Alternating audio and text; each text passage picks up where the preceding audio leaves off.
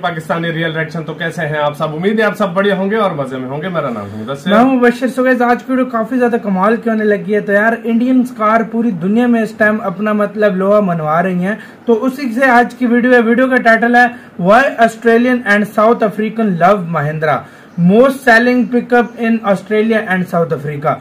मतलब सबसे ज्यादा बिकने वाला पिकअप है मतलब महिंद्रा का ऑस्ट्रेलिया और साउथ अफ्रीका में। और ऑस्ट्रेलियन और साउथ अफ्रीकन पागल हो गए हैं इन गाड़ी महिंद्रा की गाड़ियों के पीछे। और क्या होने लगा, बिना किसी देरी के देखते हैं और ताकि सारी सिचुएशन भाई पता लगे, मजा आने लगा। और कौन कौन महिंद्रा की गाड़ियां पसंद करता है कमेंट सेक्शन में बताना, और किस किस के पास महिंद्रा की गाड़ी है वो भी बताना। काउंट डाउन करते हैं 3, 2, 1 and start. Fuel economy is unbelievable. It doesn't cost you सारे anything to बता run रहे it. हैं। The power it had through the lower gears, far better than any other ute I've had. Oh, far better than. How strong and sturdy Mahindra is compared with other vehicles. ये जो लोग आपने सारे देखे लोग ये तारीफ वो कर रहे हैं। ऑस्ट्रेलियन और साउथ अफ्रीका के लोग हैं जो महिंद्रा स्कॉर्पियो के पिकअप को ओन करते हैं। और इन सभी के महिंद्रा के इस पिकअप तो को लेकर awesome काफी है। ज्यादा पॉजिटिव रिव्यूज हैं। रिसेंटली महिंद्रा को साउथ अफ्रीका और ऑस्ट्रेलिया जैसे देशों में काफी ज्यादा पसंद किया जा रहा है। और ये सिर्फ हवाई बातें नहीं है। महिंद्रा साउथ अफ्रीका में एक फास्टेस्ट ग्रोइंग कंपनी बन चुकी है और उनका स्कॉर्पियो पिकअप वहाँ के 3 मोस्ट सेलिंग पिकअप्स में आ गया है।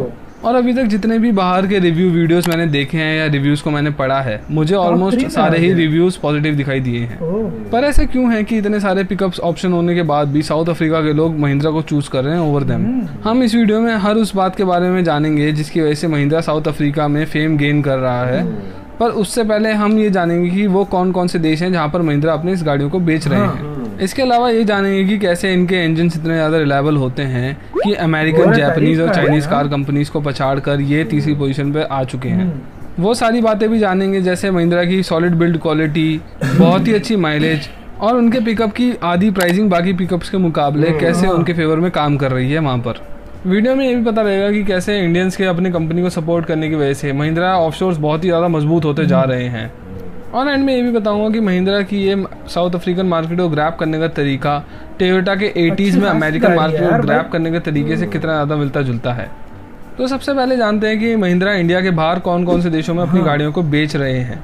तो अगर मैं कॉन्टिनेंट के हिसाब से बात करूं तो महिंद्रा एशिया पैसिफिक में 9 देशों में अपनी कार्स को बेच रहे हैं, जिसमें बड़े नाम लूँ तो ऑस्ट्रेलिया, न्यूजीलैंड और ताइवान भी शामिल है। अफ्रीका और मिडिल ईस्ट को मिला के वो लगभग 7 देशों में अपनी कार्स को बेच रहे हैं, जिसमें साउथ अफ्रीका एक ऐसा देश है जिसके बारे में हम सबसे ज़्यादा बात करने वाले हैं इस वीडियो के अंदर। और अमेरिका में वो 4 देशों में अपनी कार्स को बेच रहे हैं। अगर मैं कुछ देशों को क्रोनोलॉजिकल ऑर्डर में बताऊं जहां महिंद्रा ठीक ठाक काम कर रहे हैं, तो सबसे पहले 2006 में महिंद्रा अपने पिकअप को लेकर साउथ अफ्रीका पहुंचे थे, जहां पर आज की डेट में वो इन गाड़ियों को बेच रहे हैं। ऑस्ट्रेलिया में 2009 में पहुंचे थे और अभी सिर्फ वहां पर वो अपनी पिकअप रेंज को ही बेच रहे हैं। इसके बाद 2014 में वो न्यूजीलैंड पहुंचे, जहां पर वो अपने पिकअप्स की रेंज को ही बेच रहे हैं। और 2019 में उन्होंने इंडोनेशिया में भी अपने पैरों को जमाना चालू किया। पर ये तो सिर्फ हम महिंद्रा के पैसेंजर व्हीकल्स की बात कर रहे हैं। पर अगर हम महिंद्रा के सारे वेंचर्स को जोड़ दें, जैसे कि महिंद्रा के ट्रैक्टर और उनका टेक महिंद्रा, तो वो 100 से भी ज्यादा देशों में अवेलेबल है इस टाइम। अब महिंद्रा काफी देशों में तो एग्जिस्ट करती है, पर अगर हम उनके पैसेंजर व्हीकल्स की बात करें तो साउथ अफ्रीका एक ऐसा देश है जहाँ पर उनकी मेहनत अब रंग लाने लगी है। महिंद्रा पिछले 16 साल से साउथ अफ्रीका में अपनी कार्स को बेच रहे हैं, पर हमेशा से ही वहाँ पर वो उनकी एग्जिस्टेंस बहुत ही ज़्यादा छोटी रही है। पर 2019 में नामसा यानी कि national association of automobile manufacturers of south Africa ने महिंद्रा को फास्टेस्ट ग्रोइंग ब्रांड बताया है पैसेंजर व्हीकल्स और पिकअप ट्रक्स की रेंज में। और इसी साल महिंद्रा ने अपनी व्हीकल्स में 33% की ग्रोथ भी दिखाई थी। और ये सब तब हो रहा था जब कोविड की वजह से पूरी दुनिया के साथ साथ साउथ अफ्रीका की कार मार्केट भी नीचे जाने लगी थी काफ़ी ज़्यादा। और इससे भी अच्छी बात जो मुझे पता लगी है वो ये है कि 2022 में नामसा की मंथली सेल्स फिगर्स की रिपोर्ट में टोयोटा हाइलक्स और इसूजू डीमैक्स के बाद महिंद्रा पिकअप 3rd नंबर पर सबसे ज़्यादा बिकने वाला पिकअप बन गया है साउथ अफ्रीका के अंदर। और ये कोई छोटी बात नहीं है। हमें ये समझना होगा कि महिंद्रा को ऐसा करने के लिए फोर्ड रेंजर, चाइना के GWM कंपनी के 2 पिकअप्स को, निसान के 2 पिकअप्स को और टोयोटा लैंड क्रूजर 79 सीरीज को पछाड़ना पड़ा है, तब जाके वो 3rd पोजीशन पे आए हैं। एक इंडियन व्हीकल के लिए इंडिया से बाहर जापानीज और अमेरिकन कार ब्रांड्स को पछाड़कर आगे पहुंच जाना कोई आसान बात नहीं है। साउथ अफ्रीका में ऑलमोस्ट 10% ऐसे लोग रहते हैं जो ब्रिटिश कॉलोनी के टाइम से यहाँ पर हैं, यानी कि गोरे लोग। और ये जो वाइट पीपल का ग्रुप है ये सबसे ज्यादा पैसे वाला है अफ्रीका के अंदर। और हमने हमेशा से देखा है कि ये जो कॉकेशियन लोग होते हैं यह इंडिया को हमेशा से ही पिछड़ा हुआ समझते आए हैं, और उनका एक इंडियन कंपनी को पसंद करना एक बहुत ही पॉजिटिव बात है इंडियन ब्रांड के लिए। और हम और भी ज़्यादा अमीर देशों में अपनी गाड़ियों को पहुंचा पाएंगे धीरे धीरे। जैसा इसका एक एग्जांपल ऑस्ट्रेलिया है, और वहाँ पर भी जो लोग इसे खरीदते हैं वो इसके लिए पॉजिटिव रिव्यू ही रखते हैं। अब हम ये तो जान चुके हैं कि महिंद्रा ने अच्छी खासी बढ़त बना ली है कुछ देशों में, पर अब हम जानेंगे कि उन्होंने आखिरकार ऐसा किया कैसे है। तो उसके कुछ रीजंस हैं, जिसमें सबसे पहला रीज़न तो उनकी इंजन रिलायबिलिटी है। मैंने जितने भी अभी तक रिव्यूज़ पढ़े हैं सभी ने महिंद्रा के डीजल इंजन को लेकर बहुत ही ज़्यादा तारीफ करी है। महिंद्रा अपने सभी पिकअप्स के अंदर 2.2 लीटर का एमहॉक इंजन यूज़ करते हैं। महिंद्रा के डीजल इंजन्स का इतिहास बहुत ही ज़्यादा पुराना है, क्योंकि इंडिया में उस टाइम बहुत ही ज़्यादा छूट मिलती थी डीजल के प्राइस के ऊपर, और इसीलिए उन्होंने पर्जो के इंजन को यूज़ करना स्टार्ट करा अपनी गाड़ियों के अंदर। पर बाद में उन्होंने अपने इंजन्स को भी बनाना चालू कर दिया, क्योंकि महिंद्रा की सारी गाड़ियाँ एसयूवी ही थी, तो उनको कई तरीके के अलग अलग डीजल इंजन्स को डेवलप करना पड़ा, और इसी वजह से धीरे धीरे महिंद्रा की बहुत ही ज़्यादा एक्सपर्टीज हो गई डीजल इंजन्स के अंदर। इसके अलावा मैं ये बात मानता हूँ कि महिंद्रा दुनिया की सबसे ज़्यादा ट्रैक्टर्स बेचने वाली कंपनी है, और उनके अंदर काफ़ी सारे एडवांस्ड इक्विपमेंट और ट्रैक्टर मैन्युफैक्चरर भी आते हैं।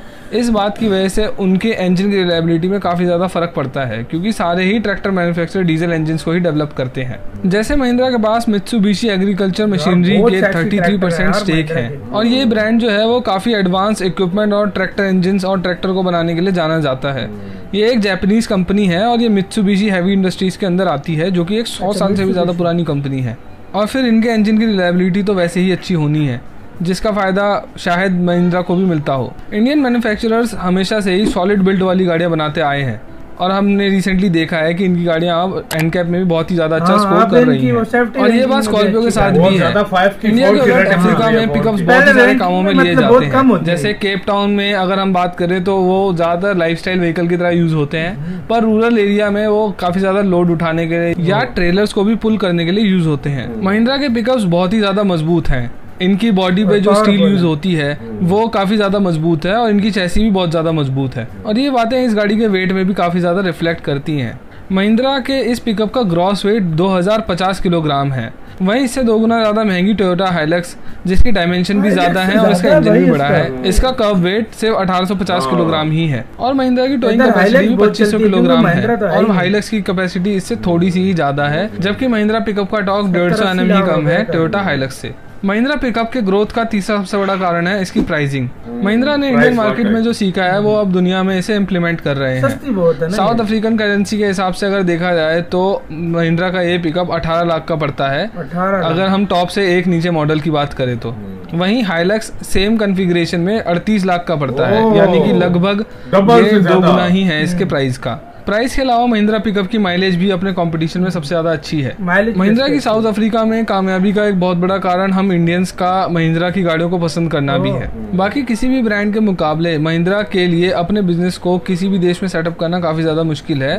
बाकी कोई भी ब्रांड, जैसे फॉर एग्जांपल किया, जिसके बारे में ऑलमोस्ट सभी को पता है, हर देश के इंसान को पता है, जो कि एक साउथ कोरिया की कंपनी है, जहाँ से LG और सैमसंग जैसे बड़े ब्रांड्स निकले हैं, और वहाँ की Hyundai भी बहुत ज़्यादा अच्छा कर रही है बाकी देशों में, तो लोगों को एक विश्वास रहता है कि यहाँ की किया भी काफ़ी अच्छी होगी, और वो उससे बहुत जल्दी एक्सेप्ट भी कर लेते हैं। पर महिंद्रा के साथ ऐसा कुछ भी नहीं है, उनके पास ऐसी कोई भी एडवांटेज नहीं है, इसलिए उनको काफी सारे साल लग गए साउथ अफ्रीका में अपने पैर जमाने में, और उनको इसके लिए काफी ज्यादा नुकसान भी उठाना पड़ा। पर उनका ये सर्वाइवल भी मुमकिन ना हो पाता अगर इंडियंस भारी मात्रा में उनकी गाड़ियों को ना खरीदते तो।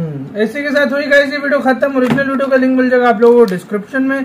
तो यार मतलब ये सक्सेस होती जा रही है बहुत ज्यादा तेजी से महिंद्रा की। साउथ अफ्रीका में क्या पूरी दुनिया में इस टाइम भाई महिंद्रा की गाड़ियां बहुत चल रही हैं। ट्रैक्टर्स तो सबसे ज्यादा मैं बात बताऊं सच में तो मैं बता रहा हूँ, बाहर के देशों में तुम देख लो ना, महिंद्रा की गाड़ियां सबसे ज्यादा जो इंडिया से अगर बाहर जा रही है सबसे ज्यादा महिंद्रा की मजबूत बहुत है। तुम थार चेक कर लो, तुम स्कॉर्पियो चेक कर लो, तुम बुलेनो चेक कर लो, भाई वो तो गोली की तरह बेचेगी। मैं वही कह रहा हूँ, बुलेनो चेक कर लो, इस तरह की गाड़ी तुम थार, तुम्हें पता है इस तरह की अभी अमेरिका में भी, लेकिन अलग वेरिएंट बोलेरो ना।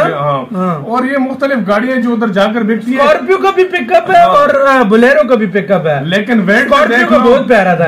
वेट देख लो कितना ज्यादा था उसका, और दूसरी का जो हाईलैक्स का कम था उससे वेट। यार बड़ी बात है, बिल्ड क्वालिटी मजबूत होती है। दूसरी बात प्राइस भी कम होती है, आधी से भी कम प्राइस भी यार, मतलब अब फर्क देखो। फिर भी ये तीसरे नंबर पे आ गया, बहुत जल्दी फर्स्ट नंबर भी पकड़ेगी। बिल्कुल ऑस्ट्रेलिया, न्यूजीलैंड, अमेरिका, हर जगह ये बेचना। देखो महिंद्रा ने मेहनत भी बहुत की, इसमें कोई शक नहीं है। कोई एडवांटेज भी नहीं था, मतलब साउथ कोरियन उनके नाम बन चुके हैं, इंडिया भी नाम बना रहा है। और ये बहुत बड़ी बात होती है, इतने देशों की कंपनियों को पिछाड़ कर तीसरे नंबर पे आना बहुत बड़ी बात होती है। बिल्कुल गाइस, आप सारे बताओ आप किस किस महिंद्रा की गाड़ियां, कमेंट सेक्शन में बताओ। इधर वीडियो खत्म करते हैं। अपना बहुत ज्यादा ख्याल रखना। तो यार बाय।